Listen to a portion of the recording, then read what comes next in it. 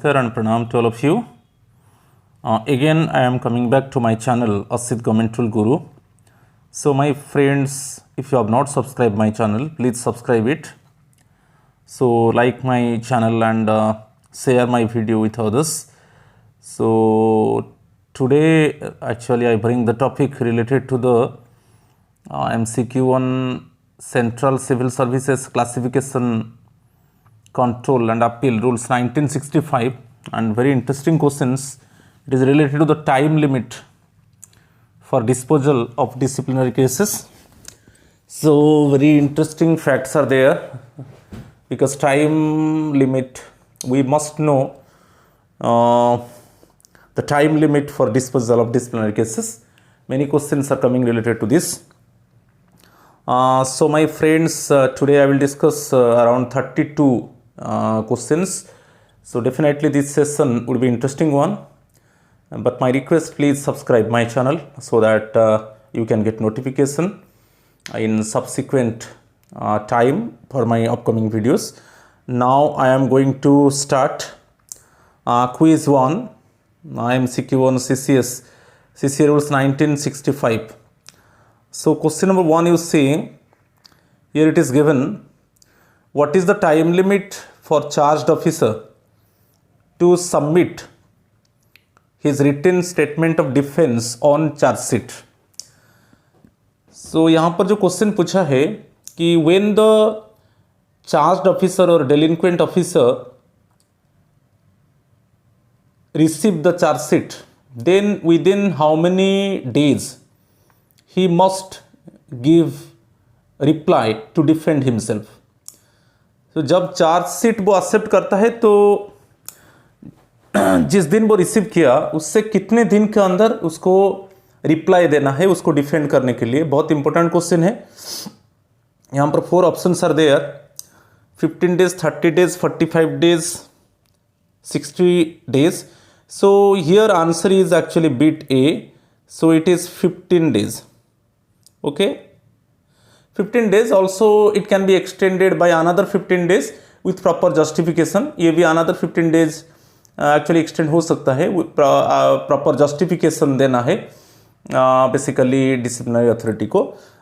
But जब chargesheet receive होता है तो जिस डेट में रिसीव होगा उसका 15 डेज के अंदर रिप्लाई देना है डिफेंड करने के लिए.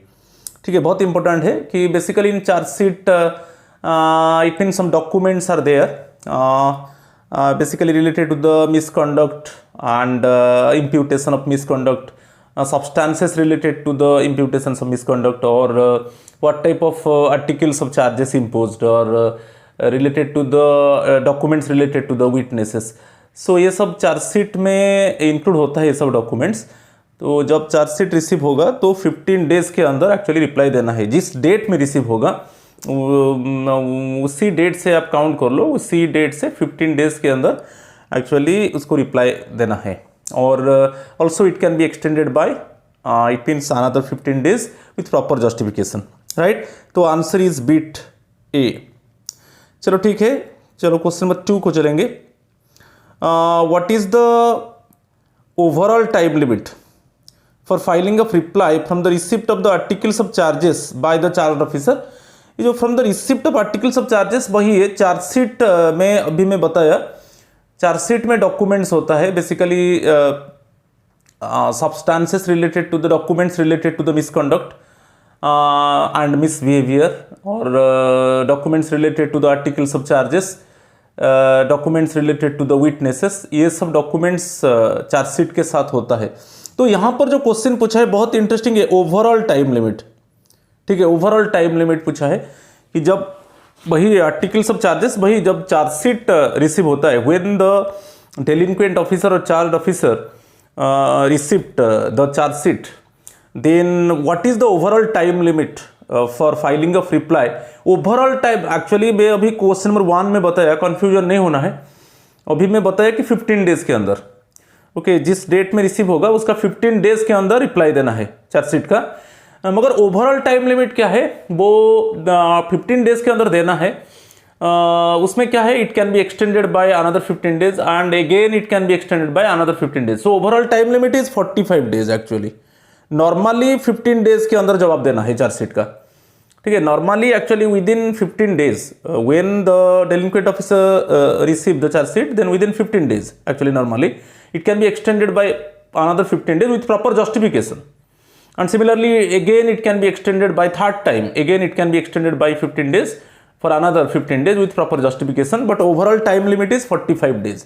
ये ओवरऑल टाइम लिमिट पूछता है 45 डेज है, और नॉर्मल टाइम लिमिट पूछता है कि चार्जशीट का जवाब कितना दिन के अंदर देना है, 15 डेज।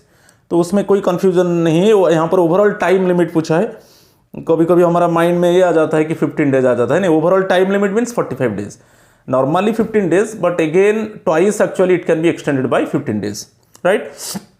बहुत इंपॉर्टेंट क्वेश्चन था। चलो क्वेश्चन नंबर 3 को चलेंगे।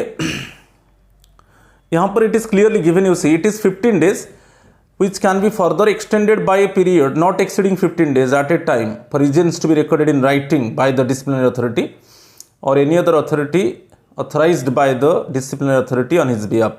The overall time limit for filing of reply should not be extended beyond 45 days from the receipt of the articles of charge by the charged officer. ये सब rule 4 आप देख लीजिए, rule 14, जो रूल 14 है basically related to the major penalty proceedings है, तो rule 14 का सब रूल 4 देख लीजिए, सीसीए रूल्स 1965 रूल को भी याद कीजिए। तो यहाँ पर क्लियरली मेंशन है कि जब भी चार्जशीट रिसीव होता है तो नॉर्मली 15 डेज के अंदर रिप्लाई देना है, मगर ओवरऑल टाइम लिमिट 45 डेज है और with proper justification, okay, and the reason must be recorded by the disciplinary authority और any other authority on behalf of the disciplinary authority, right. ये discuss हम कर चुके हैं। चलो क्वेश्चन नंबर 3 को चलेंगे। Question number 3, what is the time limit for producing requisite documents claimed by charge officer during 4 options: within 15 days, within 1 month, within 45 days, within 2 months. What is the time limit for producing requisite documents claimed by charged officer during? इसके ऊपर थोड़ा clarify कर देता हूँ कि जब when the charged officer receive order from the inquiry officer, एक तो preliminary hearing होता है, so preliminary hearing के बाद ओके जब चार्ज ऑफिसर वो इंक्वायरी ऑफिसर से ऑर्डर रिसीव करता है to attend the inquiry related to the examining of witnesses on behalf of the disciplinary authority. यहाँ पर आप मत समझिए, प्रिलिमिनरी हियरिंग के बाद जब चार्ज ऑफिसर वो एक ऑर्डर रिसीव करता है इंक्वायरी ऑफिसर से कि इंक्वायरी को अटेंड करना है विटनेसेस को एग्जामाइन करने के लिए, तो इस केस में क्या होगा ना, इमीडिएटली जिस डेट में चार्ज ऑफिसर ऑर्डर रिसीव करेगा to attend the inquiry for examining witnesses, उसी ऑर्डर से विद इन 10 डेज, ठीक है, within 10 days he must give notice to the inquiry officer. वो एक नोटिस भेजेगा इंक्वायरी ऑफिसर को, and in notice he must mention that ऐसा एक डॉक्यूमेंट, ऐसा कुछ डॉक्यूमेंट्स है जो जब वो आर्टिकल्स ऑफ चार्जेस एक्चुअली जब चार्जशीट रिसीव किया था, वो कुछ डॉक्यूमेंट्स तो रिसीव किया था, मैं बताया था चार्जशीट के साथ क्या क्या डॉक्यूमेंट्स होता है ना, जो articles of charges, documents related to the articles of charges, कि documents related to the misconduct and misbehaviour, documents related to the witnesses, ये सब डॉक्यूमेंट्स तो उसको मिल चुका है जब चार्जशीट वो रिसीव किया था। मगर अभी वो बोल रहा है कि ऐसा कुछ डॉक्यूमेंट्स गवर्नमेंट कस्टडी में है जो उसको चार्जशीट के टाइम में रिसीव नहीं हुआ था, तो वो डॉक्यूमेंट्स चाहिए अभी उसको डिफेंड करने के लिए, राइट। तो वही क्वेश्चन पूछा है। तो जब इंक्वायरी ऑफिसर से when the charge officer receive order from the inquiry authority to attend the inquiry related to the examining of witnesses, then within 10 days, right, he must give notice to the inquiry officer and approaching inquiry officer for the document actually which was not included with the document at the time of charge sheet. तो जब वो rule क्या है, वो जब order receive करेगा 10 days के अंदर उसको नोटिस भेजना है इंक्वायरी ऑफिसर को, और ये 10 days फिर भी और 10 means it can be extended by another 10 days, ये भी एक्सटेंड हो सकता है मगर इंक्वायरी ऑफिसर इसको अलाउ करेगा तो ठीक है। जब वो नोटिस, तो अभी जो आपको याद रखना है कि जब भी वो ऑर्डर रिसीव करेगा उसका 10 days के अंदर उसको इंक्वायरी ऑफिसर को नोटिस भेजना है कि मुझे डॉक्यूमेंट चाहिए जो गवर्नमेंट कस्टडी में है और वो डॉक्यूमेंट मुझे नहीं मिला था चार्जशीट टाइम में। ओके, नॉर्मली 10 डेज है और it can be extended by another 10 days. जो नोटिस पीरियड है वो it can be extended by another 10 days, but it must be allowed by the inquiry officer. तो इंक्वायरी ऑफिसर वो actually जब notice को receive करता है वो देखता है कि ये जो डॉक्यूमेंट गवर्नमेंट कस्टडी में है और ये जो चार्ज ऑफिसर मांग रहा है क्या वो रिलेवेंट है। यदि रिलेवेंट है वो इमीडिएटली उस नोटिस को फॉरवर्ड कर देता है गवर्नमेंट अथॉरिटी को। Immediately inquiry officer forward this basically notice to the government servant under whose custody the documents are there. जो गवर्नमेंट सर्वेंट का कस्टडी में वो डॉक्यूमेंट्स है उसको वो फॉरवर्ड कर देता है। ठीक है, जब वो फॉरवर्ड कर देता है तब वो जो गवर्नमेंट सर्वेंट का कस्टडी में वो डॉक्यूमेंट्स है उसको 30 डेज के अंदर एक्चुअली देना है उसको डॉक्यूमेंट्स को। यदि 30 डेज के वो डॉक्यूमेंट्स नहीं है तो नॉन अवेलेबिलिटी सर्टिफिकेट देना है। दो चीज। तो यहां पर वही क्वेश्चन पूछा है कि what is the time limit for producing requisite documents claimed by charge officer during within 15 days, within 1 month, within 45 days, within 2 months. Actually answer is within 1 month. मैं अभी बताया था within 30 days, within 1 month, right? जब inquiry officer immediately वो government authority को inform कर देता है कि ये डॉक्यूमेंट एक्चुअली चार्ज ऑफिसर को चाहिए और आपका कस्टडी में है, तो तब जो कंसर्न गवर्नमेंट अथॉरिटी जिसका कस्टडी में ये डॉक्यूमेंट है वो उसको 30 डेज के अंदर उसको देना है। अच्छा, वो डॉक्यूमेंट्स नहीं है तो नॉन अवेलेबिलिटी एक सर्टिफिकेट दे देना है इंक्वायरी ऑफिसर को। ठीक है, दो चीज आपको याद रखना है। तो वही है what is the time limit for producing requisite documents claimed by charge officer during actually within 1 month. ये बहुत इंपॉर्टेंट है। ठीक है, यहां पर डॉक्यूमेंट्स के ऊपर आपको कंफ्यूजन नहीं होना है। तो किस तरीके का डॉक्यूमेंट्स मांग रहा है चार्ज ऑफिसर, क्योंकि जब वो चार्जशीट रिसीव किया था उस समय डॉक्यूमेंट्स था। ये जो डॉक्यूमेंट मांग रहा है वो डॉक्यूमेंट एक्चुअली उसमें इंक्लूड नहीं था। ठीक है, मगर चार्ज ऑफिसर बोल रहा है कि ये डॉक्यूमेंट्स मुझे चाहिए जो गवर्नमेंट कस्टडी में है। तो इंक्वायरी ऑफिसर इमीडिएटली वो basically charge officer inquiry officer को नोटिस भेजता है और इंक्वायरी ऑफिसर इमीडिएटली वो नोटिस को फॉरवर्ड कर देता है यदि वो डॉक्यूमेंट रिलेवेंट है। यदि वो रिलेवेंट नहीं है वो फॉरवर्ड नहीं करेगा। तो इंक्वायरी ऑफिसर फॉरवर्ड कर देता है और जो कंसर्न गवर्नमेंट अथॉरिटी जिसका कस्टडी में डॉक्यूमेंट है उसको इन्फॉर्म कर देता है कि आपको 30 डेज के अंदर वो डॉक्यूमेंट को प्रोड्यूस करना है।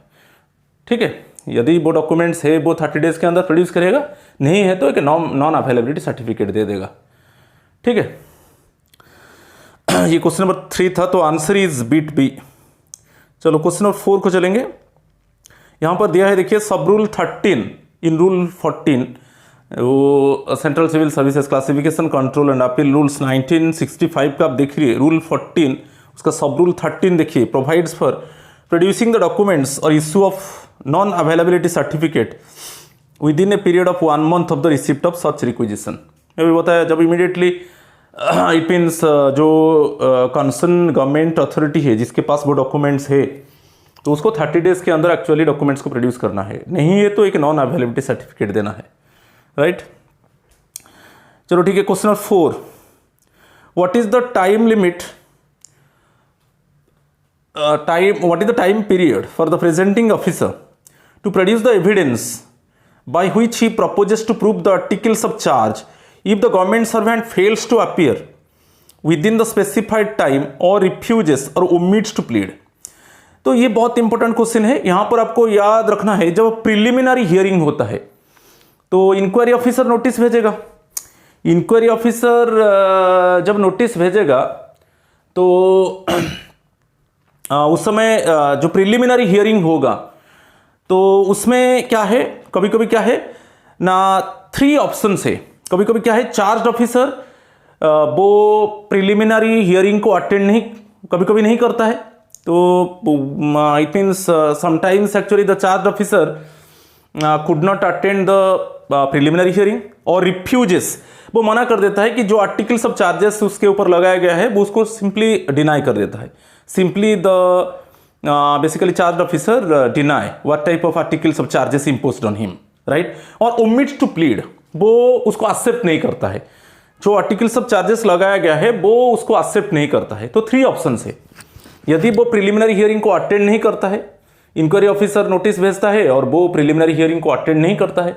सेकेंड चीज है वो अटेंड करता है मगर वो जो आर्टिकल्स ऑफ चार्जेस उसके ऊपर लगा है वो उसको रिफ्यूज कर देता है कि जो आर्टिकल्स ऑफ चार्जेस है वो फॉल्स है।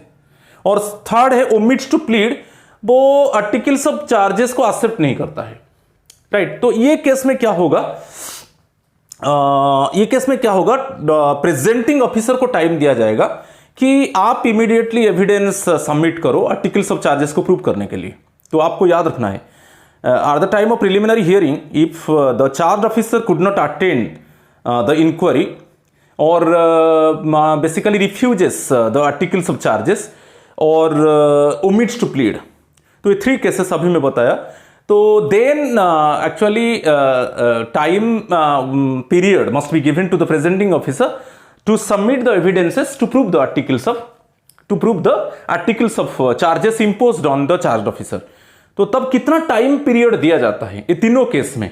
जैसे प्रिलिमिनरी हियरिंग हुआ, वो बेसिकली डेलिंक्वेंट ऑफिसर वो उसको अटेंड नहीं किया, कि वो अटेंड किया मगर रिफ्यूज कर दिया जो आर्टिकल्स ऑफ चार्जेस लगाया गया है, कि वो एक्सेप्ट नहीं किया कि जो भी आर्टिकल्स ऑफ चार्जेस लगाया गया है मैं उसको एक्सेप्ट नहीं करता हूं। तो फिर उसके बाद कितना टाइम दिया जाएगा प्रेजेंटिंग ऑफिसर को कि वो उस एविडेंस को सबमिट करना है आर्टिकल्स ऑफ चार्जेस को प्रूव करने के लिए। तो यहां पर जो है 30 डेज। ओके, कितना डेज दिया जाता है प्रेजेंटिंग ऑफिसर को?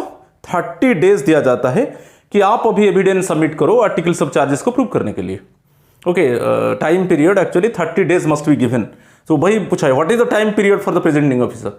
तो presenting officer must get 30 days, okay, to submit the evidences for proposed to prove the articles of charges imposed on the charged officer, right? 30 days बहुत इंपॉर्टेंट क्वेश्चन है। तो यहां पर आंसर हो गया, आंसर इज बिट बी। चलो question number 5 को चलेंगे। It is given, you see it is 30 days. आप रूल 14 जो सीसीए रूल्स 1965 है, रूल 14 का सब रूल 11 देख लीजिए। इट इज क्लियरली गिवन कि after basically preliminary hearing, okay, जो fast hearing of inquiry authority, then 30 days must be given to the presenting officer to submit the evidences to propose basically to prove the articles of charges imposed on the charged officer, right? चलो question number 5 को चलेंगे। Question number 5, what is the time period for inspecting the documents produced by presenting officer for the purpose of preparing his defense by the charged officer? ये बहुत important है। अभी हम discuss कर दिया कि प्रेजेंटिंग ऑफिसर क्या करेगा। प्रेजेंटिंग ऑफिसर अभी डॉक्यूमेंट्स सपोज उसको एविडेंस वो सबमिट कर दिया आर्टिकल्स ऑफ चार्जेस को प्रूव करने के लिए।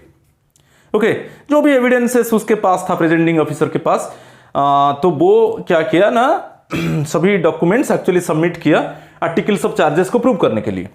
उसके बाद क्या होगा, what is the time period for inspecting the documents produced by presenting officer for the purpose of preparing his defence by the charged officer. तो देन क्या होगा, जब प्रेजेंटिंग ऑफिसर उसका जो एविडेंसेस वो सबमिट कर दिया आर्टिकल्स ऑफ चार्जेस को प्रूव करने के लिए, वो डॉक्यूमेंट सबमिट कर दिया, तब इंक्वायरी ऑफिसर ऑर्डर भेजेगा।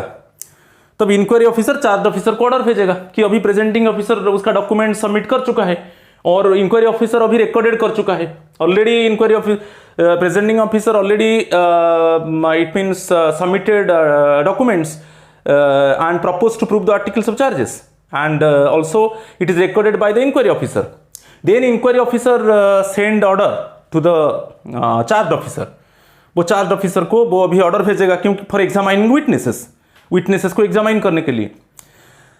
तब यहां पर एक्चुअली कितना जॉब ऑर्डर रिसीव करेगा चार्ज ऑफिसर, उसका 5 डेज के अंदर वो डॉक्यूमेंट्स को इंस्पेक्ट करेगा। जो documents actually presenting officer submit किया है आर्टिकल्स ऑफ चार्जेस को प्रूव करने के लिए, तो जिस डेट में वो ऑर्डर रिसीव करेगा, ठीक है, चार्ज ऑफिसर, उसका 5 डेज के अंदर वो डॉक्यूमेंट्स को इंस्पेक्ट करेगा, जो डॉक्यूमेंट्स एक्चुअली सबमिट किया है presenting officer to prove the articles of charges. तो हो गया ना, यहां पर आंसर है, आंसर बीट ए है, इट इज 5 डेज। बहुत इंपॉर्टेंट है, आपको यहां पर याद रखना है, जब प्रेजेंटिंग ऑफिसर डॉक्यूमेंट सबमिट करेगा आर्टिकल्स ऑफ चार्जेस को प्रूव करने के लिए, एंड देन इंक्वायरी ऑफिसर उसको रिकॉर्डेड करेगा और फिर ऑर्डर भेजेगा चार्ज ऑफिसर को, ठीक है। जिस डेट में actually charge officer order receive करेगा, वो 5 डेज के अंदर वो क्या करेगा ना, इंक्वायरी ऑफिसर को अप्रोच करके वो 5 डेज के अंदर वो डॉक्यूमेंट्स को इंस्पेक्ट कर लेगा कि जो जो डॉक्यूमेंट्स एक्चुअली सबमिट किया है प्रेजेंटिंग ऑफिसर, वो डॉक्यूमेंट्स को वो इंस्पेक्ट करेगा उसको डिफेंड करने के लिए, राइट। तो ये बहुत इंपॉर्टेंट है। Answer is 5 days, answer is bit A, right. Question number 6 को चलेंगे। यहां पर दिया है within 5 days of the order passed by inquiry authority which can be further extended. हाँ, ये भी एक्सटेंड हो सकता है, नॉट एक्सीडिंग 5 डेज। 5 डेज के अंदर इंस्पेक्ट करना है और ये भी 5 डेज एक्सटेंड होगा। पर 5 डेज कैसे काउंट होगा? अभी मैं बताया इंक्वायरी ऑफिसर वो ऑर्डर भेजेगा चार्ज ऑफिसर को कि अभी प्रेजेंटिंग ऑफिसर ऑलरेडी उसका डॉक्यूमेंट सबमिट कर चुका है, ठीक है, और वो ऑर्डर भेजेगा basically examining the witnesses on behalf of the disciplinary authority.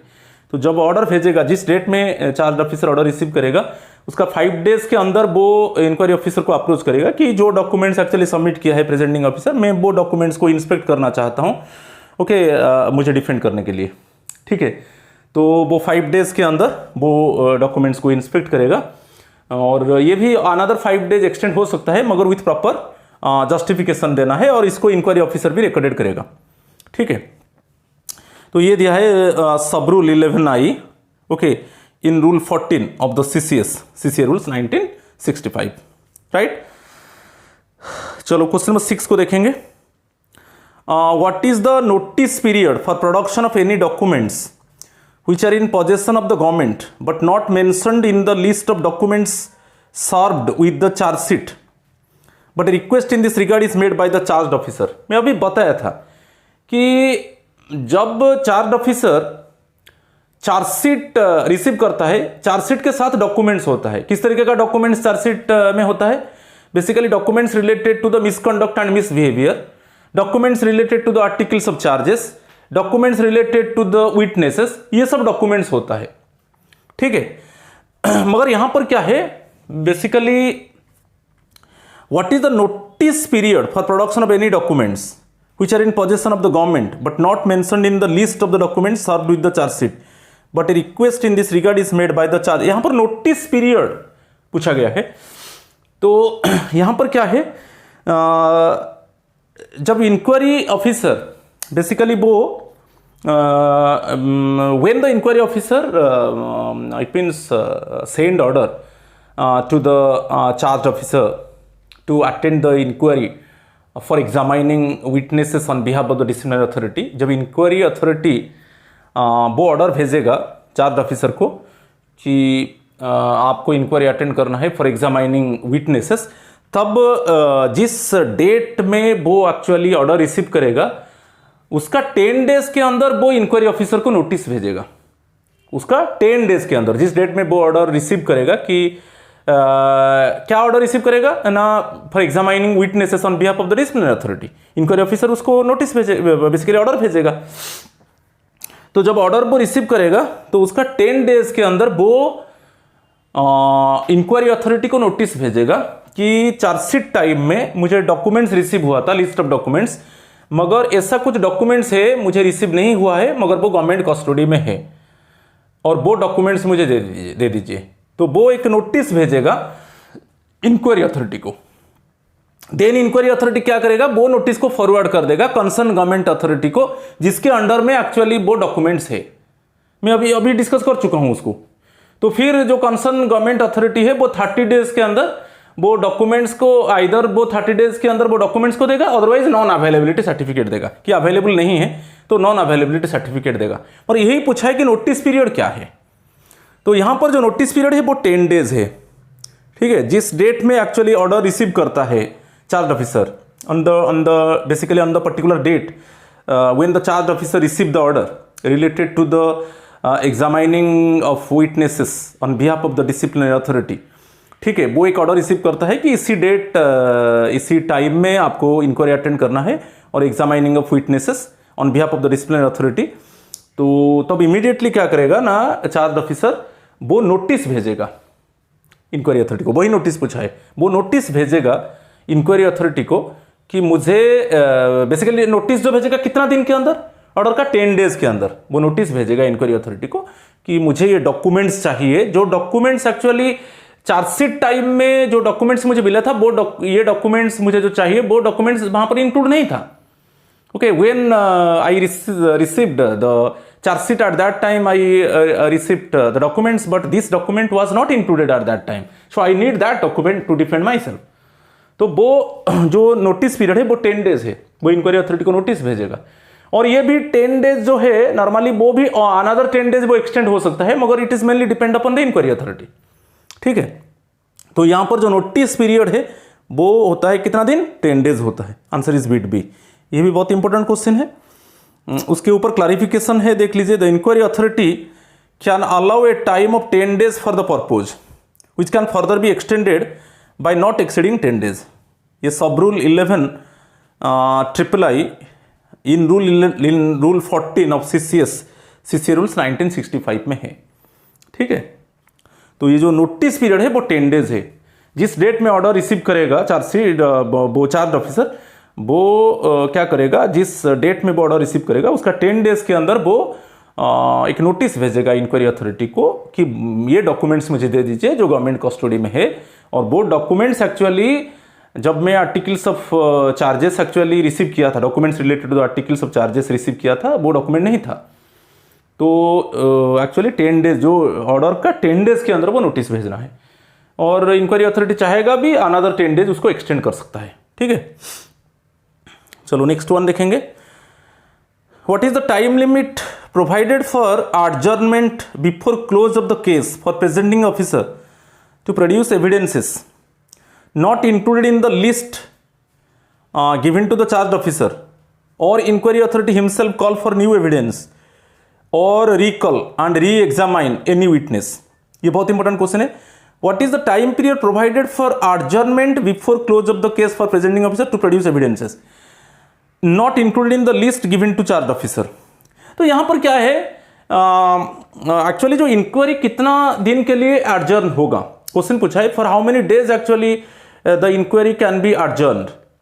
Okay, क्यों एडजर्न होगा ना, प्रेजेंटिंग ऑफिसर को ऐसा कुछ एविडेंस देना है जो वो एविडेंस एक्चुअली वो नहीं दे पाया था, वो एविडेंस को वो प्रोड्यूस करना है। ओके, जो आर्टिकल्स ऑफ चार्जेस जो लगाया गया था उसके ऊपर जो भी डॉक्यूमेंट्स था वो सबमिट कर चुका है, मगर अभी वो बोल रहा है कि ऐसा कुछ लैकुनाज और डिफेक्ट्स है वो एविडेंसेस में, वो उसको इट मीन्स देने के लिए वो न्यू एविडेंस देना चाहता है प्रेजेंटिंग ऑफिसर। ठीक है, वही दिया before close for presenting officer to produce evidences not include in the list given to charge officer. एक लिस्ट दिया जाता है चार्ज ऑफिसर को, डॉक्यूमेंट्स पूरा दिया जाता है। तो ऑलरेडी प्रेजेंटिंग ऑफिसर वो डॉक्यूमेंट्स इट मीन्स सबमिट कर दिया है, वो डॉक्यूमेंट जो आर्टिकल्स ऑफ चार्जेस लगाया गया था चार्ज ऑफिसर के ऊपर, उसका related documents actually presenting officer submit कर चुका है आर्टिकल्स ऑफ चार्जेस को प्रूव करने के लिए। मगर और कुछ एविडेंस है जो न्यू एविडेंस है, वो एक्चुअली वो प्रेजेंटिंग ऑफिसर चाहता है कि इंक्वायरी को कुछ दिन के लिए एडजर्न कर दिया जाए, और वो एक्चुअली वो एविडेंस को वो सबमिट करेगा। ठीक है, और भी है, inquiry authority himself call for new evidence. Inquiry authority भी न्यू एविडेंस वो कलेक्ट करना चाहता है, और again recall and re examine any witness, वो एनी विटनेस को रिकॉल करना चाहता है कि री एग्जामाइन करना चाहता है। तो इस केस में कितना दिन के लिए एक्चुअली इंक्वायरी को एडजर्न कर दिया जाएगा? यहाँ पर दिया है 4 options, 3 clear days excluding the day of adjournment, 3 days including the day of adjournment, 5 clear days excluding the day of adjournment, 5 days including the day of adjournment. Answer is B, 3 clear days. ठीक है, answer is B, 3 clear days. ठीक है, 3 clear days excluding the day of adjournment. जिस date में actually inquiry को adjourn किया गया वो डे को इंक्लूड मत कीजिए, तो पूरा 3 clear days आपको लेना है, बहुत इंपॉर्टेंट है। 3 clear days excluding the day of adjournment, right, ये बहुत इंपॉर्टेंट है। तो यहाँ पर एक्चुअली इंक्वायरी को एडजर्न कर दिया जाता है क्योंकि प्रेजेंटिंग ऑफिसर को एविडेंस देना है, क्योंकि जो एविडेंस वो दिया था एक्चुअली वो एविडेंस वहाँ पर इंक्लूड नहीं है, तो इसके लिए उसको एविडेंस देना है आर्टिकल्स ऑफ चार्जेस को प्रूव करने के लिए, कुछ ऐसा नया एविडेंस देना है। और कि इंक्वायरी अथॉरिटी वो himself call for new evidence और recall and re examine any witness. तो इस केस में एक्चुअली इंक्वायरी को एडजर्न कर दिया जाता है। तो कितना दिन के लिए एडजर्न किया जाएगा ना, 3 क्लियर डेज के लिए कर दिया जाएगा। मगर जिस डेट में एक्चुअली इंक्वायरी अर्जन होगा वो डे को इंक्लूड नहीं किया जाएगा। तो answer is bit A, right, answer is bit A. ये बहुत इंपॉर्टेंट क्वेश्चन है।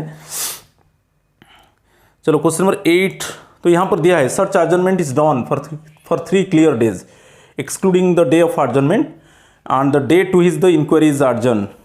सब rule 15, okay, in rule 14 of CCA rules 1965। अब देख लीजिए जो रूल 14 है, basically rule 14 major penalty proceedings के ऊपर है, उसका सब रूल 15 देख लीजिए, क्लियरली दिया है। ठीक है, नेक्स्ट क्वेश्चन चलेंगे, question number 8। What is the time limit for completing the inquiry and submit report by inquiry authority. तो ये बहुत इंपॉर्टेंट क्वेश्चन है, बहुत बार आ चुका है क्वेश्चन कि टाइम लिमिट क्या है, कितने दिन के अंदर एक्चुअली इंक्वायरी कंप्लीट होगा, और इंक्वायरी अथॉरिटी वो इंक्वायरी रिपोर्ट सबमिट करेगा डिसिप्लिनरी अथॉरिटी को, वही दिया है। तो यहाँ पर जो ऑप्शंस है देखिए, 3 ऑप्शंस है। Within 3 months from the date of receipt of order of his appointment, appointment किसका, इंक्वायरी अथॉरिटी का। Within 6 months from the date of receipt of order of his appointment, within 12 months from the date of receipt of order of his appointment, within 18 months from the date of receipt of order of his appointment। तो यहाँ पर है actually जो rule है, basically इसको normally आपको याद रखना है, जिस डेट में एक्चुअली इंक्वायरी अथॉरिटी उसका ऑर्डर ऑफ अपॉइंटमेंट को रिसीव करता है उसका 6 months के अंदर, ठीक है, आंसर इस बिट बी होगा, उसका 6 months के अंदर, यही है answer 6 months, with in 6 months।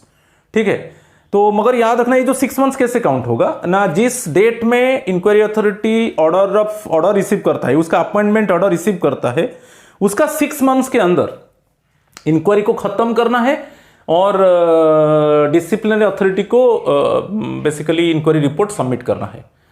तो just to remember on which date basically inquiry authority receive the order, okay, from this date you count basically 6 months, okay, within 6 months from the date of receipt of order of his appointment, the inquiry authority must complete the inquiry and submit report to the disciplinary authority। और ये जो 6 months है, ये भी another 6 months extend हो सकता है। 6 months के अंदर तो रिपोर्ट देना है, मगर यदि कुछ ऐसा कुछ रीजन्स है, ऑथेंटिक रीजन्स है, इंक्वायरी अथॉरिटी वो रिपोर्ट को सबमिट नहीं कर पाया, suppose certain authentic reasons are there so that basically inquiry authority could not submit the report within 6 months, then he must give the proper reason, he must give the authentic reason, okay, to the disciplinary authority, and then again it can be extended by another 6 months। ये भी another 6 months ये extend हो सकता है, मगर with proper reason and it must be recorded by the disciplinary authority. मगर आपको बहुत इंपॉर्टेंट है, जिस डेट में ऑर्डर, ये जो 6 months काउंट होगा कैसे होगा ना, जिस डेट में एक्चुअली इंक्वायरी अथॉरिटी उसका अपॉइंटमेंट ऑर्डर रिसीव करेगा उसका 6 months के अंदर, ओके, इंक्वायरी को खत्म करना है और इंक्वायरी रिपोर्ट सबमिट करना है डिसिप्लिनरी अथॉरिटी को, right, answer is bit B. ठीक है, बहुत इंपॉर्टेंट है। यहां पर दिया है देखिए, in terms of notification number GSR 548E dated 2nd June 2017, the inquiry authority should conclude the inquiry and submit his report within 6 months, okay, within 6 months from the date of receipt of order of his appointment। An additional time not exceeding 6 months for completing the inquiry can be allowed at a time on the basis of sufficient and good reasons to be recorded in writing by disciplinary authority, sub rule 24 in rule 14 of CCA rules 1965। Okay, order of appointment का 6 months के अंदर, तो basically within 6 months of receipt of order of appointment, and then also it can be extended by another 6 months with proper reason, with authentic reason, and it must be, the reason must be recorded by the disciplinary authority। ये देख लीजिए, rule 14 सब rule 24 में दिया है। ठीक है, बहुत इंपॉर्टेंट था। चलो नेक्स्ट क्वेश्चन चलेंगे। What is the time limit for furnishing written representation by charge officer on the advice of UPSC।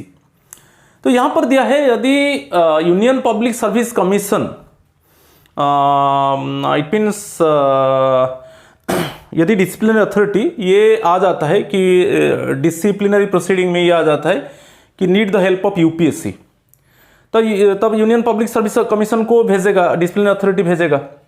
Okay, basically inquiry report को वो भेजेगा यूपीएससी को, और यूपीएससी एडवाइस देता है। जब यूपीएससी एडवाइस देगा तब उसके ऊपर कमेंट करता है डिसिप्लिनरी अथॉरिटी और उसको भेज देता है चार्ज ऑफिसर को कि ये एडवाइस एक्चुअली यूपीएससी दिया है और आप आपका रिप्रेजेंटेशन दे सकते हो। तो भाई क्वेश्चन पूछा है, what is the time limit for furnishing written representation by charge officer on the advice of UPSC, on the advice of UPSC. यदि कुछ केस में ऐसा डिसिप्लिनरी प्रोसीडिंग में यूपीएससी का हेल्प लिया जाता है, तो थोड़ा मैं आइडिया दे देता हूं आपको। जब यूपीएससी का हेल्प लिया जाता है तो in this case actually disciplinary authority send the inquiry report with also comments. Okay, send the inquiry report and all documents and also disciplinary authority has given comment basically on the inquiry report, or in some cases actually disciplinary authority disagreed with some points, it means given by the inquiry authority कि given some points basically inquiry report, वो पूरा documents UPSC को भेजा जाएगा। Okay, UPSC उसका advice देता है। जब यूपीएससी एडवाइस देगा फिर वो रिपोर्ट आ जाएगा डिसिप्लिनरी अथॉरिटी को। फिर डिसिप्लिनरी अथॉरिटी क्या करेगा कि वो रिपोर्ट को बाय यूपीएससी एडवाइस जो दिया है उसको वो चार्ज ऑफिसर को भेजेगा, और चार्ज ऑफिसर को भेजा जाएगा और चार्ज ऑफिसर भी उसके ऊपर रिप्रेजेंटेशन दे सकता है। तो यहाँ पर क्वेश्चन है कि जब चार्ज ऑफिसर जो यूपीएससी एडवाइस दिया है, जिस डेट में एक्चुअली वो यूपीएससी एडवाइस को रिसीव करेगा बेसिकली डिसिप्लिनरी अथॉरिटी से, तो उसको कितने दिन के अंदर रिप्रेजेंटेशन देना है, तो वही क्वेश्चन पूछा है। तो एक्चुअली कितने दिन के अंदर देना है ना, 15 डेज के अंदर। बेसिकली जो यूनियन पब्लिक सर्विस कमीशन जो एडवाइस दिया है और वो रिपोर्ट जब चार्ज ऑफिसर के पास आ जाता है और जिस डेट में वो रिसीव करता है उसका 15 डेज के अंदर उसको रिप्रेजेंटेशन देना है यूपीएससी एडवाइस के ऊपर। मगर सभी केस में actually union public service commission का एडवाइस नहीं लिया जाता है, मगर कुछ कुछ केस में क्या है यूनियन पब्लिक सर्विस कमीशन का एडवाइस लिया जाता है। इंक्वायरी रिपोर्ट आ गया, यूपीएससी का एडवाइस लिया जाएगा, तब disciplinary authority inquiry report with comments, okay, inquiry report के ऊपर जो कोई भी पॉइंट्स के ऊपर उसको कमेंट देना है वो देकर वो भेजेगा with proper documents actually sent to the UPSC. Then UPSC providing its advice and again send the report to the disciplinary authority. Then disciplinary authority forward the report to the charged officer. Okay, and when the charged officer actually receive the report related to the UPSC advice, then within 15 days he must give the representation. Okay. On the advice of UPSC. बहुत important है, answer is bit C. चलो question number 10 को चलेंगे। यहां पर दिया है, देखिए, it is 15 days from the receipt of the copy of advice of UPSC by the charge officer. ये सब rule 3B in rule 15 of the CCA rules 1965। आप रूल 15 में देखिए, जो सीसीए रूल्स 1965 रूल 15 उसका सब रूल देखिए 3B में क्लियरली मेंशन है। Question number 10, what is the time limit for sending proposal to CVC, central vigilance commission, CVC for first stage advice. यदि कुछ विजिलेंस एंगल है केस में, सभी केस में नहीं है, सपोज कोई ऐसा केस है जो विजिलेंस एंगल है, तो what is the time limit for sending proposal to CVC for first stage advice. तो सेंट्रल विजिलेंस कमीशन को एक्चुअली प्रिलिमिनरी इन्वेस्टिगेशन हो गया। प्रिलिमिनरी इन्वेस्टिगेशन में डिटेक्ट हुआ कि कुछ विजिलेंस एंगल है, तब फर्स्ट स्टेज एडवाइस के लिए सेंट्रल विजिलेंस कमीशन को भेजा जाएगा। तो what is the time limit for sending proposal to CVC for first stage advice, वो टाइम लिमिट क्या है। जैसे प्रिलिमिनरी इन्वेस्टिगेशन हो गया, केस में ये डिटेक्ट हुआ कि विजिलेंस एंगल है, तो कितना दिन के अंदर सीवीसी को भेजना है, सेंट्रल विजिलेंस कमीशन को भेजना है फॉर फर्स्ट स्टेज एडवाइस, यही क्वेश्चन पूछा है। यदि विजिलेंस एंगल है तो बेसिकली यहां पर क्या है, answer is within 1 month. Okay, within 1 month actually. Okay, preliminary within 1 month. तो आपको याद रखना है, in preliminary investigation if it is detected that as vigilance angle is there, then immediately this on which date actually preliminary investigation report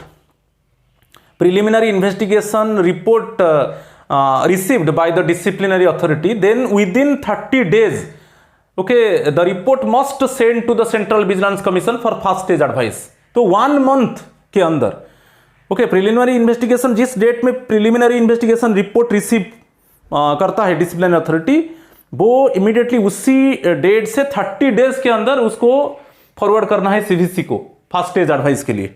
ठीक है, तो answer is bit B. ये भी बहुत इंपॉर्टेंट है, मगर केस में विजिलेंस एंगल होना चाहिए, वो पता चल जाएगा प्रिलिमिनरी इन्वेस्टिगेशन में। क्वेश्चन नंबर 11 को चलेंगे। यहां पर दिया है क्लियरली, देखिए, vigilance angle is involved in any complaint, this case should be referred to CVC for their first stage advice within 1 month of the receipt of investigation report। If vigilance angle is not involved, the case should be put off to disciplinary authority for taking a decision to initiate disciplinary action under CCA rules within 1 month from the date of receipt of investigation report। ये जो basically DOP and T जो notice period है department of personnel and training का, ये देख लीजिए, order number 425/04/2012 AVD, okay, IVA dated 29 नवंबर 2012। तो ये order department of personal training issue किया था। यदि विजिलेंस एंगल है और जिस डेट में प्रिलिमिनरी इन्वेस्टिगेशन रिपोर्ट रिसीव होता है, तो 30 डेज के अंदर वो रिपोर्ट भेजा जाएगा सीवीसी को फॉर फर्स्ट स्टेज एडवाइस के लिए। यदि नहीं है vigilance angle, then immediately send to the disciplinary authority to initiate the it means disciplinary action, जो भेज दिया जाएगा बेसिकली डिसिप्लिनरी अथॉरिटी को to initiate disciplinary action within 1 month। Within 1 month, again ये विद इन 1 month ये बहुत important है। Rules within 1 month from the date of receipt of investigation report. Clear? चलो next, what is the time limit to put up the case to disciplinary authority after receipt of first stage advice of CVC for taking a decision to initiate disciplinary proceedings? What is the time limit to put up the case to disciplinary authority after receipt of first stage advice of CVC for taking a decision to initiate? अच्छा, अब ये CVC का first stage advice report आ गया। जब central vigilance commission से first stage advice आ गया, तो कितने दिन के अंदर एक्चुअली डिसिप्लिनरी अथॉरिटी फिर डिसिप्लिनरी प्रोसीडिंग्स को इनिशिएट करेगा, वही क्वेश्चन पूछा है। Okay, after it means receiving the first stage advice of CVC, then within how many days disciplinary authority would take decision to initiate disciplinary proceedings? Again it is within 1 month। Again it is within 1 month। Answer is bit B. Again it is within 1 month। जब first stage advice आ जाएगा, वही पूछा है, जब first stage advice CVC central vigilance commission से first stage advice आ जाएगा, और अभी जब फर्स्ट स्टेज एडवाइस आ गया, वो जिस डेट में रिसीव हुआ उसका 1 month के अंदर disciplinary authority okay initiate action related to the disciplinary proceeding. ठीक है, तो यहाँ पर आंसर बिट बी है, विद इन 1 month। तो उसके ऊपर भी क्लैरिफिकेशन है, विद इन 1 month। देखिए, जब फर्स्ट स्टेज एडवाइस आ जाएगा, तो जिस डेट में रिसीव हुआ उसका 1 month के अंदर जो डिसिप्लिनरी अथॉरिटी है वो फिर initiate action for further disciplinary proceedings with in 1 month of the receipt of first stage advice of CBC. Again department of personal training order number दिया है, वही 29 जो ऑर्डर डेट था 29 नवंबर 2012 में था। वो एक्चुअली कन्फ्यूजन 1 एक लगाया गया, वो नहीं है, 2012 है। ओके, अगेन मैं मेंशन कर देता हूँ, ये इसी डेट में ये ऑर्डर इशू किया था department of personnel and training 2012, 29 नवंबर 2012, राइट। चलो next, what is the time limit to issue a chargesheet to charged officer once a decision is taken by disciplinary authority to initiate disciplinary proceeding? ये भी बहुत important है। Okay, once a decision is taken by the disciplinary authority to initiate disciplinary proceedings, the once actually disciplinary authority has already decided to initiate disciplinary proceeding a particular date में, in a particular date actually disciplinary authority has decided to initiate the disciplinary proceeding. So then within how many days actually the charge sheet should be issued to the charged officer, वही time limit पूछा है. जिस date में ये disciplinary authority final कर दिया, a particular date में disciplinary authority final किया कि डिसिप्लिनरी प्रोसीडिंग इनिशिएट होगा, तो जिस डेट में फाइनल हुआ then within how many days the chargesheet should be issued to the charge officer, यही क्वेश्चन पूछा है. तो options within a week, within 15 days, within 1 month, within 45 days. Answer is within a week, within 7 days. Okay, within 7 days और within a week, यही होगा. Answer is bit A. Okay, on a particular date when the disciplinary authority has decided to initiate the disciplinary proceeding, then from this date actually within 1 week the disciplinary authority send charge sheet to the delinquent officer or charged officer. ठीक है, within week. मगर ये जो week होगा, ये जो 7 days जो count होगा ना, वो कैसे ना, जिस डेट में ऑलरेडी डिसिप्लिनरी अथॉरिटी फाइनलाइज किया कि डिसिप्लिनरी प्रोसीडिंग इनिशिएट होगा. राइट, तो आंसर इज बिट ए. चलो क्वेश्चन नंबर 13 ये वही दिया है, देख लीजिए. The chargesheet should be issued to charge officer within a week from the date of receipt of the decision of the disciplinary authority. जिस डेट में डिसिप्लिनरी अथॉरिटी डिसीजन लिया कि यस डिसिप्लिनरी प्रोसीडिंग इनिशिएट होगा, उससे 1 week के अंदर actually chargesheet send कर दिया जाएगा चार्ज ऑफिसर को. ये अगेन जो ऑर्डर दिया है, डेट देख लीजिए, वही कंफ्यूजन नहीं होना है, वही है, ये है 29 नवंबर 2012 ये ऑर्डर इशू हुआ था. एक एक्सट्रीम केस में एक 1 आर्ड हो गया. वही डिपार्टमेंट ऑफ पर्सनल ट्रेनिंग जो एम नंबर 425/4/2012, ये जो ऑर्डर डेट आप देख लीजिए. ठीक है, चलो राइट. क्वेश्चन नंबर 13 को देखेंगे. What is the time limit for seeking representation of charge officer on inquiry report and disagreement of disciplinary authority if any on it. तो वही दिया है, जब when the disciplinary authority received the inquiry report from the inquiry authority and also the disciplinary authority has a discretionary power to comment on some points, okay, given in the inquiry report. उस disciplinary authority के पास discretionary power है कि वो report receive किया inquiry authority से, कुछ point के ऊपर वो डिसएग्री है. रिपोर्ट में कुछ पॉइंट्स है जो डिसिप्लिनरी अथॉरिटी वो डिसएग्री है, उसके ऊपर वो कमेंट देगा. कमेंट देने के बाद वो चार्ज ऑफिसर को इंक्वायरी रिपोर्ट भेजेगा. ओके, यदि if the disciplinary authority disagreed on certain points, okay, in inquiry report, then he must give comment. Okay, he must give comments actually on these points. The disciplinary authority has discretionary power to give comment on some points, on which points actually he has disagreed with the report submit by the inquiry authority.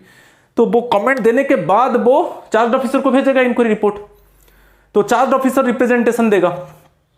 Okay, disciplinary authority inquiry report comment देने के बाद suppose कुछ comment देना चाहता है, तो inquiry report में कुछ पॉइंट्स के ऊपर डिसएग्री है, वो उसको डिटेक्ट करेगा और पॉइंट्स कमेंट करेगा और फिर चार्ज ऑफिसर को वो भेजेगा इंक्वायरी रिपोर्ट को. तो जब चार्ज ऑफिसर रिसीव करेगा इंक्वायरी रिपोर्ट, वो कितना दिन के अंदर उसका रिप्रेजेंटेशन देगा. ठीक है, यहाँ पर answer 15 days, within 15 days. जब चार्ज ऑफिसर वो इंक्वायरी रिपोर्ट रिसीव करेगा, ठीक है, जिस डेट में 15 डेज के अंदर उसको रिप्रेजेंटेशन देना है. तो वही क्वेश्चन पूछा है, ये what is the time limit for seeking representation of charge officer inquiry report and disagreement of disciplinary authority if any on it. ऐसा कुछ इंक्वायरी रिपोर्ट में कुछ पॉइंट्स है जो डिसिप्लिनरी अथॉरिटी उसके ऊपर डिसएग्री करता है और उसके ऊपर भी वो कमेंट दिया है कि इसी पॉइंट्स के ऊपर मैं इसी पॉइंट्स के ऊपर मैं डिसएग्री करता हूँ, उसके ऊपर भी कमेंट्स दिया है. तो वो रिपोर्ट भेजा जाएगा चार्ज ऑफिसर को और चार्ज ऑफिसर फिर 15 डेज के अंदर क्या करेगा, उसका रिप्रेजेंटेशन देगा इंक्वायरी रिपोर्ट के ऊपर. ये भी बहुत इंपॉर्टेंट है.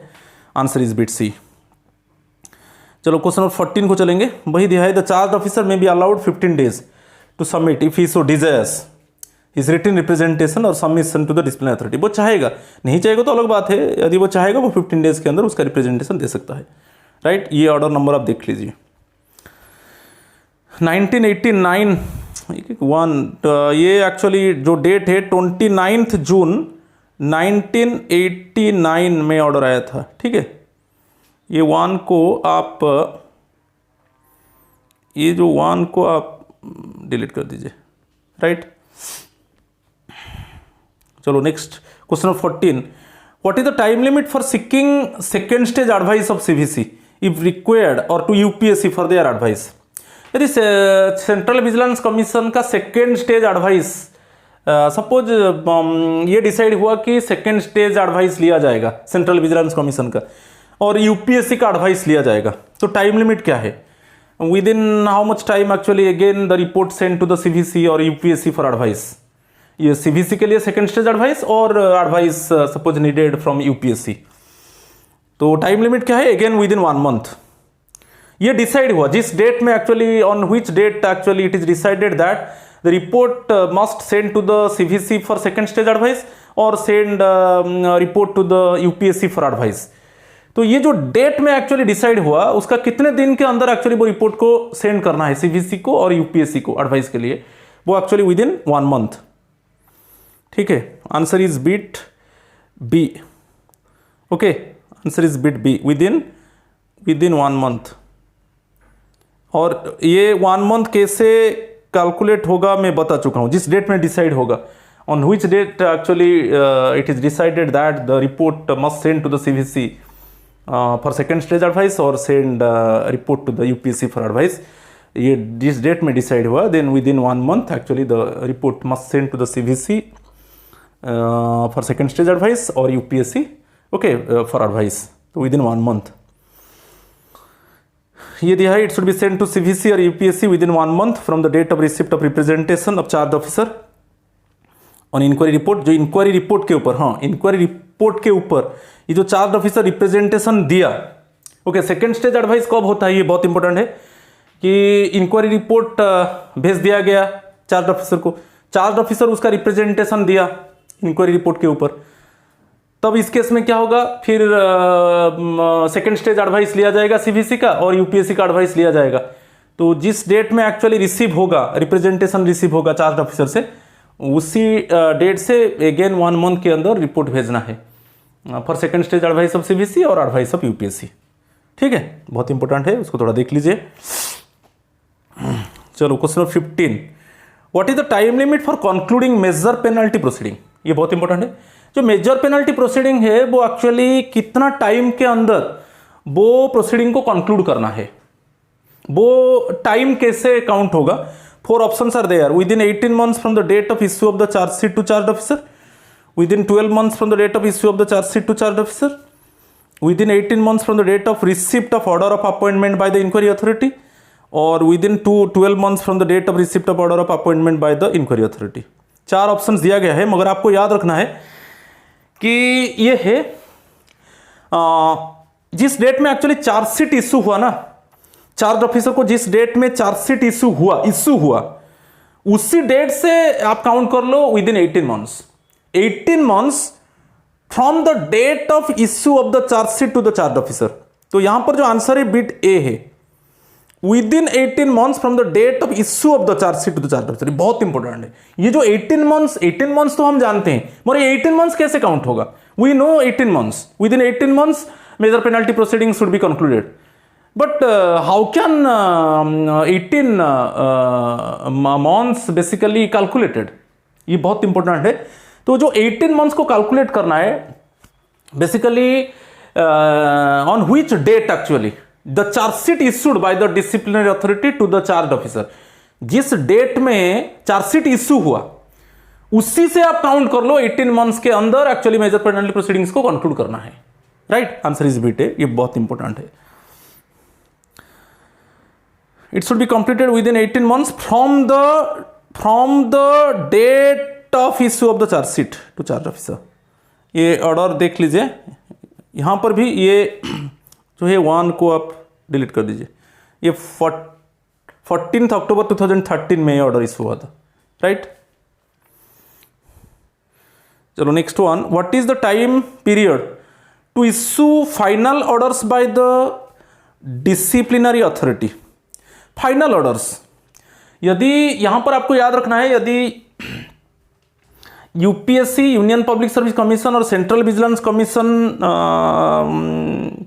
का एडवाइस चाहिए तो उसको छोड़ दीजिए। बेसिकली नॉर्मली कि जब डिसिप्लिनरी अथॉरिटी वो इंक्वायरी रिपोर्ट को रिसीव करता है तो कितना दिन के अंदर वो उसका फाइनल डिसीजन लेता है, वही within how much time period disciplinary authority must give his final decision after receiving the inquiry report.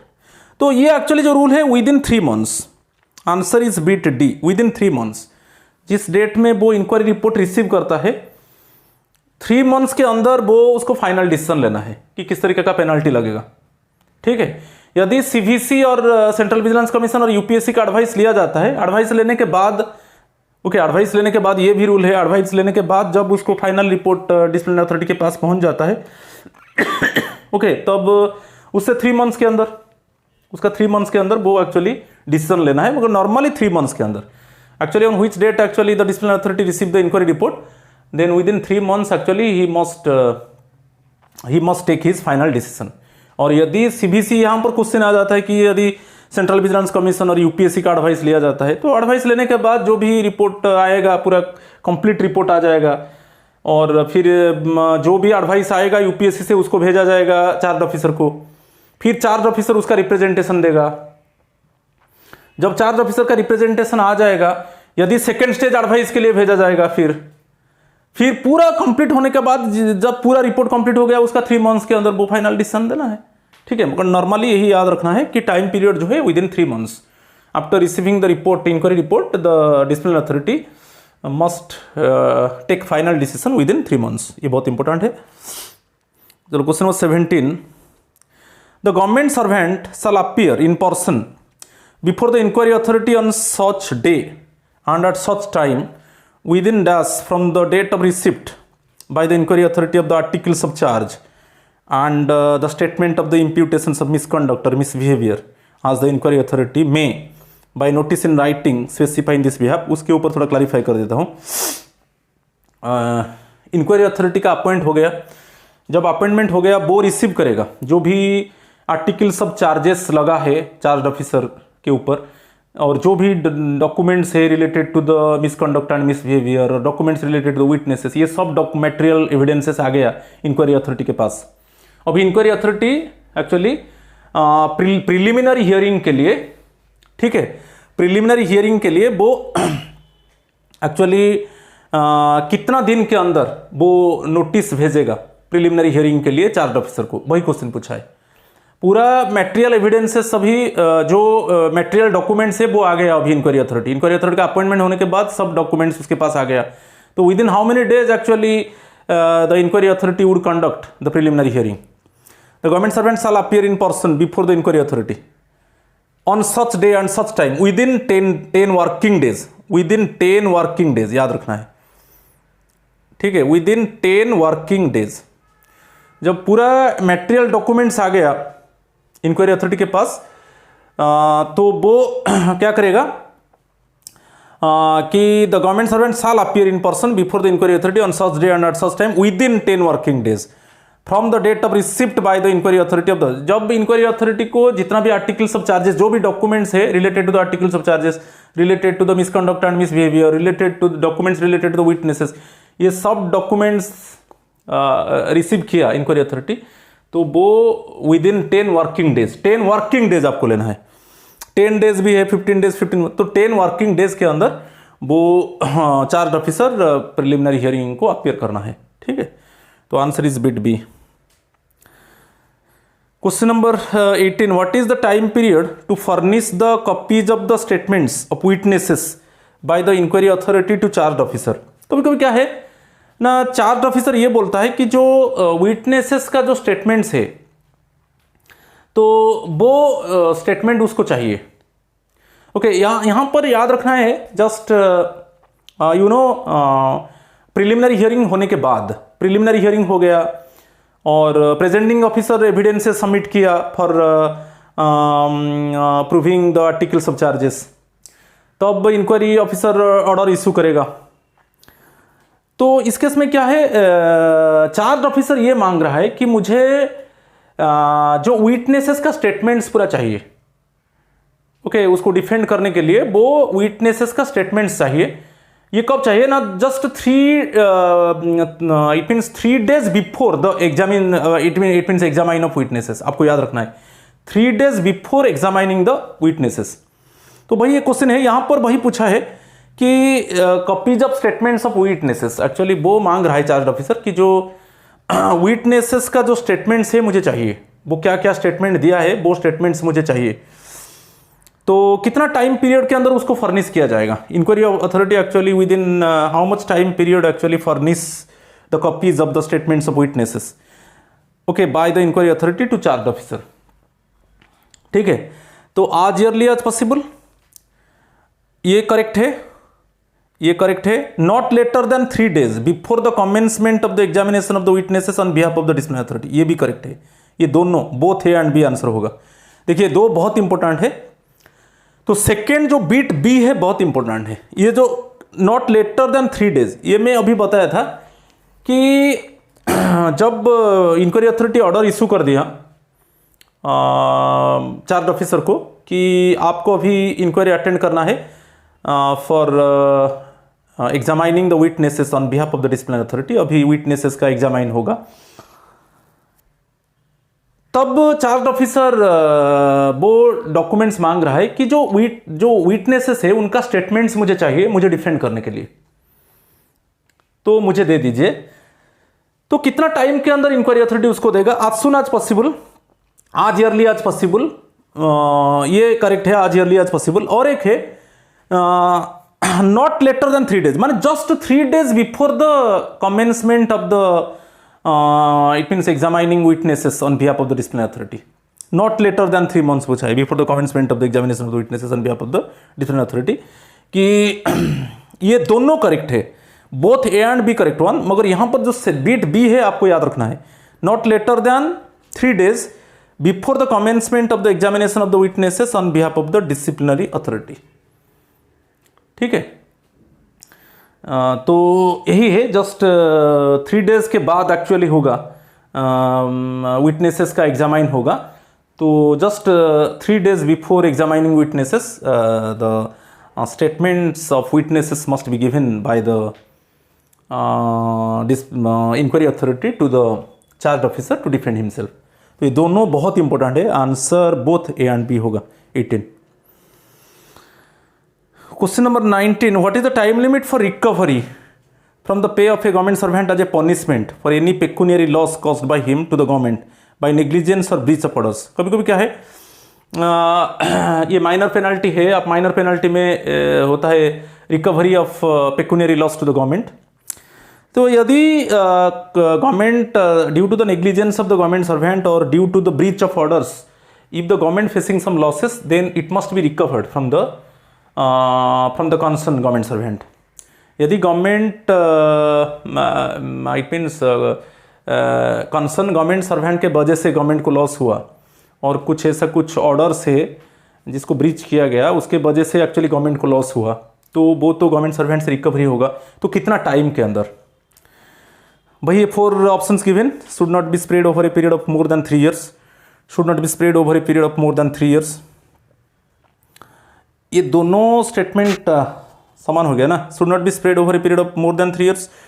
अच्छा, no time limit, should not be spread over, इसको 2 years कर दीजिए, इसको 2 years कर दीजिए। No time limit. The next one, should not be spread over a period of more than 5 years। यदि government को suppose it means due to the concern government servant, if the government facing losses, then definitely it must be recovered from the government servant, but there is no time limit। कोई ऐसा कोई time limit नहीं है, मगर वो recovery होगा, government servant से recovery होगा जो भी गवर्नमेंट को लॉस हुआ है, मगर वो ऐसा कुछ टाइम लिमिट नहीं है। ओके, लास्ट रुपी पे तक एक्चुअली इट मीन्स टाइम है। पूरा जो गवर्नमेंट को लॉस हुआ है, जो भी डिसाइड हुआ वो गवर्नमेंट सर्वेंट से रिकवरी होगा। जो भी pecuniary loss government actually government face किया है due to the negligence of the government servant, वो रिकवरी होगा, मगर ऐसा कुछ टाइम लिमिट नहीं है, नो टाइम लिमिट, आपको याद रखना है, ठीक है, बहुत इंपॉर्टेंट है। Answer is bit C. चलो question number 20, when a disciplinary proceeding is initiated against a government servant who got an appointment in higher post on ad hoc basis against a short term vacancy or a leave vacancy for a period dash shall be reverted back to his regular post। यहाँ पर दिया है, suppose कोई government servant का कोई higher post में appointment हुआ है ad hoc बेसिस में। क्यों ad hoc बेसिस में अपॉइंटमेंट हुआ ना, due to short term vacancy और ड्यू टू लीव वैकेंसी, ये याद रखना है। सपोज कोई गवर्नमेंट सर्वेंट उसका हायर पोस्ट में अपॉइंटमेंट हुआ ऑन ad hoc बेसिस, क्यों ना, क्योंकि कुछ शॉर्ट टर्म वैकेंसी था और लीव वैकेंसी था, for a period dash shall be reverted back to his regular post, यदि डिसिप्लिनरी प्रोसीडिंग उसके ऊपर होता है, वो भी ad hoc पोस्ट में है, हायर पोस्ट में ad hoc पोस्ट में है, वो ad hoc पोस्ट क्यों क्रिएट हुआ, क्योंकि कुछ शॉर्ट टर्म वैकेंसी और लीव वैकेंसी था, इसके वजह से गवर्नमेंट सर्वेंट को प्रमोट कर दिया गया और अभी वो ad hoc बेसिस में है फॉर ए पीरियड डैश, और उसके ऊपर अभी डिसिप्लिन प्रोसीडिंग चला, तो वो फिर उसका रेगुलर पोस्ट जो है, जो ओरिजिनल पोस्ट था, वो उसको रिवर्ट बैक कर दिया जाएगा। यहाँ पर याद रखना है for period less than 1 year. यदि ad hoc बेसिस में प्रमोट हुआ है और उसका जो पीरियड है लेस देन 1 ईयर है और उसके ऊपर डिसिप्लिनरी प्रोसीडिंग चलता है, तब वो क्या होगा, वो ओरिजिनल पोस्ट को रिवर्ट बैक हो जाएगा। लेस देन 1 ईयर है तो हो जाएगा, मोर देन 1 ईयर है उसका ओरिजिनल पोस्ट को रिवर्ट नहीं होगा, वही ad hoc पोस्ट में वो रहेगा और एज यूजुअल डिसिप्लिनरी प्रोसीडिंग चलेगा। मगर अभी जो उसका ad hoc पोस्टिंग हुआ है लेस देन 1 ईयर है और कोई डिसिप्लिनरी प्रोसीडिंग चला, तो वो ओरिजिनल पोस्ट को रिवर्ट बैक हो जाएगा। Answer is bit B. चलो क्वेश्चन नंबर 21, ये दिया है, when a disciplinary proceeding is initiated against a government servant who got an appointment in higher post on ad hoc basis for administrative reasons, यहाँ पर होना है, वहाँ पर क्या था, शॉर्ट टर्म वैकेंसी था कि लीव वैकेंसी था, वहाँ पर ad hoc बेसिस में क्या है, उसको प्रमोट किया गया था और उसका पीरियड लेस देन 1 ईयर था, तो जब डिसिप्लिनरी प्रोसीडिंग चला वो ओरिजिनल पोस्ट को रिवर्ट बैक हो गया। यहाँ पर क्वेश्चन है, यदि वो हायर पोस्ट में अभी प्रमोट हुआ है ऑन ad hoc बेसिस पर for administrative reasons not related to the short term vacancy और leave vacancy, other than a short term vacancy और leave vacancy for a period dash, ये याद रखना है, administrative reasons shall not be reverted back to his regular post more than 1 year. यदि वो administrative कारण के वजह से उसका प्रमोशन हुआ है हायर पोस्ट में ad hoc बेसिस में, मगर उसका पीरियड अभी मोर देन 1 ईयर हो चुका है, तब जब उसके ऊपर डिसिप्लिनरी प्रोसीडिंग चलेगा तब वो ओरिजिनल पोस्ट को रिवर्ट बैक नहीं करेगा, वही ad hoc पोस्ट में रहेगा और डिसिप्लिनरी प्रोसीडिंग चलेगा। और यहाँ पर दिया है, रीजन दिया है एडमिनिस्ट्रेटिव रीजन्स, उसका जो ad hoc पोस्ट में पोस्टिंग हुआ वो एडमिनिस्ट्रेटिव रीजन्स के वजह से पोस्टिंग हुआ और टाइम कितना हो गया, मोर देन 1 ईयर से वो अभी ad hoc पोस्ट में है, ठीक है, और डिसिप्लिनरी प्रोसीडिंग चला तो उसका ओरिजिनल पोस्ट में वो revert back, okay, original post को वो रिवर्ट बैक नहीं करेगा। आंसर बिट सी है। चलो question number 22, for how many days the inquiry officer shall adjourn the case to a later date after the presenting officer produce the evidence by which he proposes to prove the articles of charge. ये बहुत important है। जब presenting officer वो उसका evidences submit किया articles of charges को prove करने के लिए, तब उसके बाद इंक्वायरी ऑफिसर कितना दिन के लिए इंक्वायरी को adjourn करेगा, क्योंकि वो फिर बुलाएगा ना चार्ज ऑफिसर को फॉर एग्जामिनिंग द विटनेसेस, तो कितना दिन के लिए adjourn करेगा। प्रेजेंटिंग ऑफिसर उसका एविडेंस सबमिट कर दिया, already presenting officer has submitted the evidences to prove the articles of charges. Then for how many days the inquiry officer after that, for how many days the inquiry officer adjourn the inquiry, okay, तो जो adjourn करेगा not exceeding 30 days, not exceeding माने ऐसा नहीं है time, not 30 days से ज़्यादा नहीं होगा, जो adjourn होगा 30 डेज से ज़्यादा नहीं होगा, ओके, नॉट एक्सीडिंग 30 डेज। तो उसके अंदर क्या करेगा वो, फिर चार्ज ऑफिसर को ऑर्डर भेजेगा कि आप फिर इंक्वायरी अटेंड कीजिए, अभी एग्जामिनिंग ऑफ विटनेसेस होगा, वहाँ पर डिफेंस असिस्टेंट आएंगे, वो cross examination, okay, re examination, cross examination, ये सब चलेगा, ठीक है। Not exceeding 30 days, answer is bit B, ये भी बहुत इंपॉर्टेंट है। Question number 23, a government servant is deemed to have been placed under suspension if is retained in custody for a period exceeding. आप जानते हो बहुत बार क्वेश्चन आया है, यदि कस्टडी में गवर्नमेंट सर्वेंट को डिटेन कर दिया गया फॉर मोर देन 48 आवर्स, ठीक है, ऑटोमेटिकली उसको सस्पेंड उसका इट मीन्स वो सस्पेंडेड हो गया, ये मान लिया जाएगा। A government servant is deemed to have been placed under suspension, ये मान लिया जाएगा कि गवर्नमेंट सर्वेंट अभी सस्पेंशन ऑलरेडी सस्पेंड हो गया। कब? जब वो कस्टडी में डिटेन हो गया for more than 48 hours. Answer is bit D. बहुत कॉमन क्वेश्चन है। Question number 24, mention the period up to which an order of suspension can be reviewed. जो ऑर्डर ऑफ सस्पेंशन है वो रिव्यू होगा, तो टाइम पीरियड क्या है? तो बेसिकली आप जानते हो जो रिव्यू होगा फर्स्ट 90 डेज के अंदर, 90 डेज के अंदर रिव्यू होना है। 90 डेज के अंदर again review committee must it means review it and if suppose it can be extended then again the suspension period can be extended, otherwise it means it can not be extended. Suppose decide हुआ कि extension नहीं होगा, तो आपको यहाँ पर याद रखना है जो सस्पेंशन पीरियड का रिव्यू होगा वो before the expiry of 90 days, before the expiry of 90 days from the effective date of suspension. जिस डेट में एक्चुअली सस्पेंशन ऑर्डर दिया गया था उसका 90 डेज के अंदर उसको रिव्यू करना है, क्या ये एक्सटेंड होगा कि नहीं। तो आंसर इज बिट डी। ये बहुत कॉमन क्वेश्चन है, बहुत इंपॉर्टेंट है, क्योंकि 90 डेज के अंदर रिव्यू नहीं हुआ तो इनवैलिड हो जाएगा, ऑटोमेटिकली सस्पेंशन पीरियड क्या है, खत्म हो जाएगा। तो आंसर इज बिट डी। अभी चलेंगे 25th क्वेश्चन को। When will an order of suspension made or deemed to have been made not be valid unless extended? मैं अभी बताया कि जिस डेट में सस्पेंशन ऑर्डर इशू हुआ उसका 90 डेज के अंदर उसको रिव्यू करना है। It must be reviewed with in 90 days of the issue of the suspension order. Okay, यदि 90 डेज के अंदर रिव्यू नहीं हुआ तो वो ऑटोमेटिकली 90 डेज के बाद सस्पेंशन पीरियड खत्म हो जाएगा। तो वही है, ये वही पूछा है, when will an order of suspension made और deemed to have been made not be valid unless extended after a period of 90 days. Answer is bit D. यदि रिव्यू नहीं हुआ 90 डेज के अंदर, ऑटोमेटिकली 90 डेज के बाद क्या होगा, वो सस्पेंशन पीरियड क्या होगा, खत्म हो जाएगा, इनवैलिड हो जाएगा। चलो question number 26, what is the maximum period of suspension that can be extended at A time after review of the competent authority. अभी मैं बताया था कि 90 डेज के अंदर, with in 90 days of the issue of the suspension order again it must be reviewed by the review committee. यदि decide हुआ कि हाँ एक्सटेंशन होगा सस्पेंशन पीरियड, तो कितना दिन के लिए मैक्सिमम होगा, कितना मैक्सिमम पीरियड के लिए अगेन सस्पेंशन पीरियड को एक्सटेंड किया जाएगा, is 180 days. Answer is bit C. ये बहुत कॉमन क्वेश्चन है। यदि एक्सटेंशन होगा मैक्सिमम कितना दिन के लिए होगा, 180 डेज या 6 मंथ्स के लिए एक्सटेंड होगा, राइट। चलो आंसर इज बिट सी। 27 को चलेंगे। Appeal should be preferred within a period of dash days from the date on which a copy of the order appealed against is delivered to the appellant. तो यदि आपको appeal करना है, जो भी order receive हुआ, जिस date में ऑर्डर रिसीव हुआ उसके अगेंस्ट में आपको अपील करना है, तो कितना दिन के डे में अपील करना है, 45 डेज।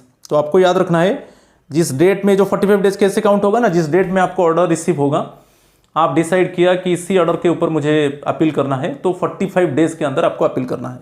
तो आंसर इज बिट बी। बहुत इंपॉर्टेंट है, राइट। चलो question number 28, according to the rule 29(1)(v), an appellate authority may within a period of dash of the date of the order proposed to be revised। ये दिया है, may within a period of dash of the date of the order proposed। Suppose अभी particular date में एक order आ गया कि order में ये है कि ये रिवाइज हो सकता है, जो ऑर्डर आया वो रिवाइज होगा। यदि अपेलेट अथॉरिटी उसको रिवाइज करेगा, अपेलेट अथॉरिटी रिवाइज कर सकता है, जो अपेलेट अथॉरिटी वो रिवीजन अथॉरिटी हो सकता है, ठीक है। मगर जब ऑर्डर अभी रिसीव हुआ और ऑर्डर में मेंशन है कि ये जो ऑर्डर है उसको रिवाइज किया जा सकता है, प्रपोज्ड टू बी रिवाइज्ड, तो अपेलेट अथॉरिटी यदि वो रिवीजन अथॉरिटी होगा तो कितना दिन के ऑर्डर का कितना दिन के अंदर ओके वो उसको रिवाइज करेगा, within how much period of the date of the order proposed to be revised the appellate authority can revise this order within 6 months। Answer is bit B. बहुत इंपॉर्टेंट है, आपको याद रखना है। यदि ऑर्डर रिसीव हुआ और ऑर्डर में क्लियरली मेंशन है कि रिवाइज ऑर्डर हो सकता है, तो यदि उसको अपेलेट अथॉरिटी रिवाइज करेगा तो 6 मंथ्स के अंदर उसको वो रिवाइज करेगा। Right, answer is bit B. 29, what is the time limit to forward the proforma or checklist to UPSC in case of minor penalty proceedings of the charged officer? ये related तो retirement है। यदि basically ये minor penalty case में यदि जो concern government servant है वो भी रिटायर होने वाला, is going to retire, okay, the concern it means charge officer और delinquent official is going to retire, तब यूपीएससी का हेल्प लिया जाएगा। तो what is the time limit क्या है? 3 months prior to retirement. Answer is bit C होगा। 3 months prior to is retirement, retirement के पहले 3 months before the retirement it must the report must send to the UPSC for advice. ये आपको याद रखना है। रिलेटेड टू द यदि charge officer retire होने वाला है और यूपीएससी का एडवाइस लिया जाएगा तो, और ये माइनर पेनल्टी केस में, माइनर पेनल्टी केस में 3 months prior to the retirement, major penalty case में 6 months prior to the retirement, okay, UPSC को भेज दिया जाएगा एडवाइस के लिए। ठीक है,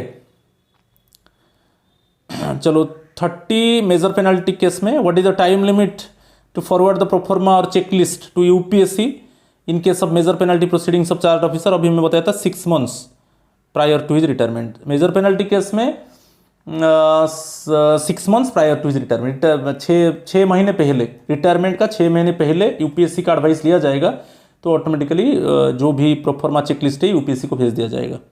आंसर इज बिट डी। ठीक है, चलो क्वेश्चन नंबर 31 को चलेंगे। What is the time limit for a charge official to make representation against the disciplinary proceedings in minor penalty? ये बहुत इंपॉर्टेंट है। यदि माइनर पेनल्टी केस में